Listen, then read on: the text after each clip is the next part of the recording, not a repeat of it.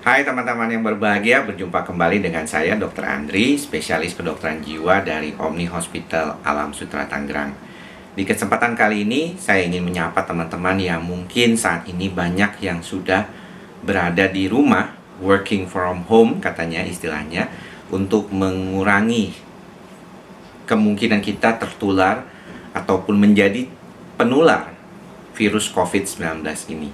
Nah, di masa-masa yang cukup berat ini, kalau kita melihat begitu banyaknya pemberitaan terkait dengan masalah COVID-19 ini, mungkin kita sendiri merasakan kelelahan ya secara mental. Dan pada kesempatan kali ini saya ingin berbicara tentang bagaimana kita bisa mengatasi kelelahan mental. Nah, kalau kita berbicara tentang masalah kelelahan mental, biasanya itu di dalam istilahnya kita kenal sebagai burnout. Burnout dulu lebih banyak dikaitkan dengan masalah di pekerjaan. Ya, kalau kita sudah dalam kondisi stres yang berat, kemudian sampai mengalami suatu exhausted istilahnya, dan kemudian akhirnya menjadi burnout. Dan di saat itulah orang mulai merasakan gejala-gejala gangguan kejiwaan seperti cemas, ketakutan yang terus-menerus, kekhawatiran terhadap hal-hal yang mungkin di depan yang masih bingung buat dia, dan banyak hal lagi yang terkait dengan hal tersebut. Dan juga seringkali mulai jatuh ke arah depresi, di mana terjadinya putus asa dan kehilangan harapan. Nah, bagaimana kita bisa mengenali burnout ini, dan tentunya bagaimana kita mengatasinya? Pertama, kalau saat kita mengenali burnout, lebih dominan ketika kita mulai menyadari bahwa ada sesuatu yang berubah di dalam kehidupan kita. Mungkin misalnya awalnya biasanya kita rajin ataupun mau melakukan olahraga, kemudian kita 1 minggu kok merasa malas, tidak ada rasa keinginan olahraga. Yang kedua, adanya perubahan pola tidur. Perubahan pola tidur ini juga sering menjadi problem. Yang tadinya bisa tidur misalnya jam 10 malam sampai misalnya jam 5 pagi, tapi belakangan ini kok agak sulit sampai jam 1, bahkan jam 2. Bisa kebangun tetap jam 5.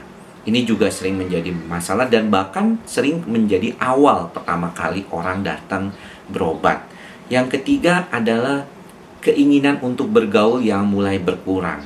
Biasanya sosialisasi mulai malas. Orang bukan hanya, sekarang kan work from home, orang bukan hanya bersosialisasi lewat misalnya pertemuan langsung karena saat ini dihindarkan, tetapi lewat media sosial ataupun WhatsApp call ataupun video call itu juga mereka mulai malas. Dan ini yang seringkali menyebabkan terjadinya hubungan yang semakin jauh. Orang ini menjadi lebih senang di dalam rumah, tetapi di dalam kamar dan tidak mengapa-ngapain. Kalau kita lihat mungkin dia mengerjakan sesuatu tetapi kelihatannya dia ngelamun. Nah, inilah yang harus mulai diperhatikan sebagai suatu kondisi gejala-gejala burnout. Ada beberapa juga yang menyebabkan orang itu mengalami kesulitan untuk makan. Jadi dia nafsu makannya berkurang dan akhirnya merasakan ketidaknyamanan di dalam kehidupannya. Nah, kalau kita sudah mengenali gejala-gejala burnout ini, maka yang paling harus pertama kita lakukan adalah apa yang bisa kita lakukan segera untuk membantu diri kita mengurangi gejala-gejala ini. Maka sebenarnya yang tadi dibalik ya, kalau misalnya contoh kok jadi malas melakukan kegiatan, malas berolahraga, malas untuk keluar rumah, yang tadinya memang saat ini tidak diperkenankan, tapi yang paling penting coba lakukan kegiatan di rumah dulu. Mulai dari yang kecil dulu, misalnya membersihkan tempat tidur, membersihkan kamar mandi, kemudian juga melakukan olahraga kecil gitu.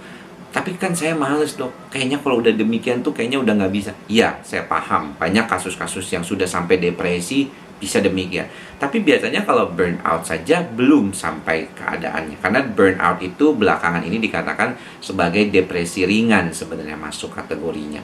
Nah, jadi orang itu mulai bisa, misalnya di jam 8 ke atas saat matahari mulai bersinar terang, kita bisa keluar dan kemudian